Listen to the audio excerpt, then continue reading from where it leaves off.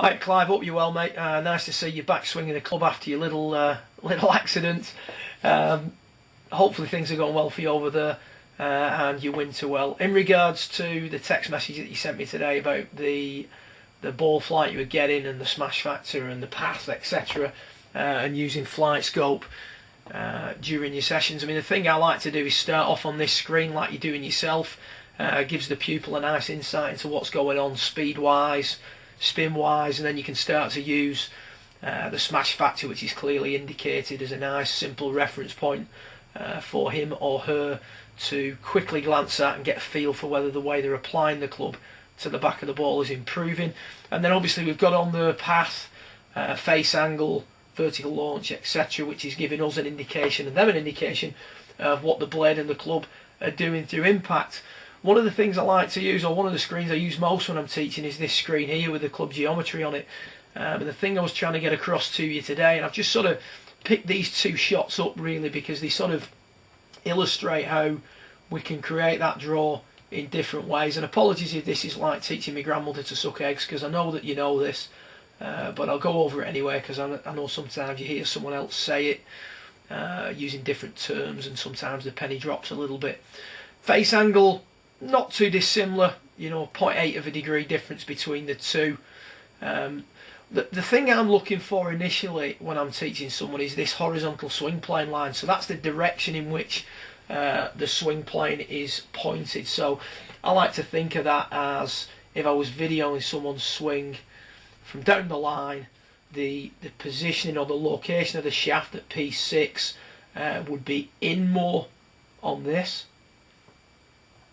and more in line on this. So if I had a horizontal swing plane of 0, I'd expect to see the club or the club head in line with the hands at P6. Now, I've no doubt that the TrackMan and FlightScope purists may pounce on me with that because it's not strictly the case, I'm led to believe, but that's just my simple way of getting it across to a pupil to try and get them to sort of have an image in mind of what I'm trying to change. So those two swings, if you look at the horizontal plane line on this one, I'd expect to see the club in at 6, and on this one I'd expect to see the club more in line at 6.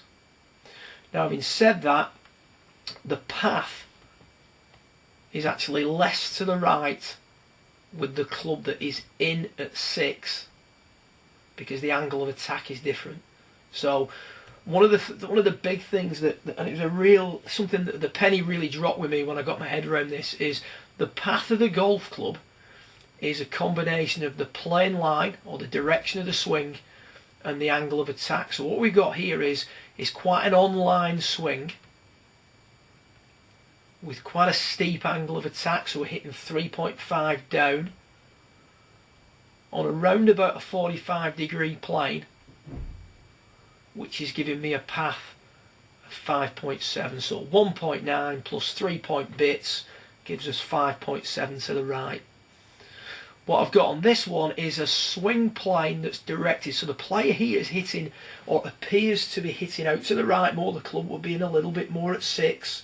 The exit may be a little bit higher, but we've got a path that's less to the right, and the reason for that is because this guy's hitting up on it, 2.7.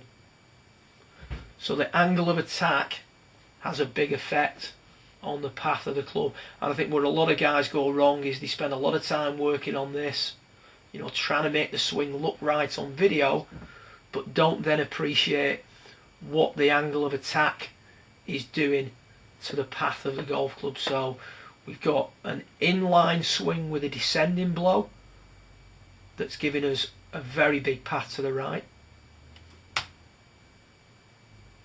and quite a wide shot cone, so that could hang out further right or draw more to the left. And then we've got the alternative, which is a more inline swing, or should I say a swing more to the right, pointed to the right, but with an angle of attack that is more upwards, and that's produced a straighter shot. Now you may find that, those shots are being hit with a driver. So looking at a driver or a 3-wood, actually I think that was, we'd be looking more towards the shallower angle of descent, maybe 2 degrees up, with a path or a plane line that's pointing slightly to the right, because the thing we need to do is we need to give us a little bit of an assistance to keep the club coming from the inside when we're hitting longer clubs, because we haven't got the downward angle of attack to give us the outward motion. If I got this on more of an inline condition like we've got here, that's pretty good, as long as I didn't hit down on it too much. So combination of obviously blade angle where the ball starts. Sorry about my phone, that can wait. It'll be someone asking a mundane question, I would imagine, if the rest of my day is anything to go by. So we want a plane line that's relatively in line, but irrespective of how the swing may look on video, the angle of attack can give us 2 very different paths. You can see the inline swing giving us the most path to the right, and a swing that's looking and directed a little bit more to the right, giving us a slightly more inline path because of the angle attack. I think one of the things I'd stress to you, Clive, is when you're using flight scope, certainly from my experience, is don't get too bogged down in every shot. I think the thing to do is have a look at the guy who's in front of you, look at his general shot pattern, get a feel for his miss.